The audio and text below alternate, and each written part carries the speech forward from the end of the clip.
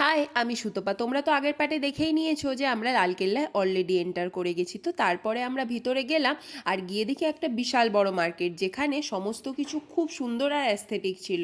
আর তারপরেই আরও এগোতে সামনে পেলাম একটা মিউজিয়াম আর একটা রেস্টুরেন্টও ছিল, বাট আমরা যাইনি। তারপরে ওই মিউজিয়ামের মধ্যে ছিল সব পুরনো দিনের যুদ্ধের সমস্ত কিছু ইতিহাস, যেগুলো খুব সুন্দরভাবে বিবরণ করা ছিল। তারপরে সেখান থেকে বেরিয়ে আমরা খেলাম বিরিয়ানি। তারপরে আবার গাড়িতে চেপে এগিয়ে গেলাম নেক্সট ডেস্টিনেশনের দিকে, যেটা ছিল ইন্ডিয়া গেট। বাট আমরা টাইমে ওর কম থাকার কারণে আর নেবে কোনোভাবে ভেতরের দিকে যাইনি। তারপর আবারও ওখান থেকে বেরিয়ে চলে গেলাম একটা মিউজিয়াম, যেটা খুব সুন্দর ছিল। তোমরা দিল্লি গেলে অবশ্যই এই মিউজিয়ামটা যেও।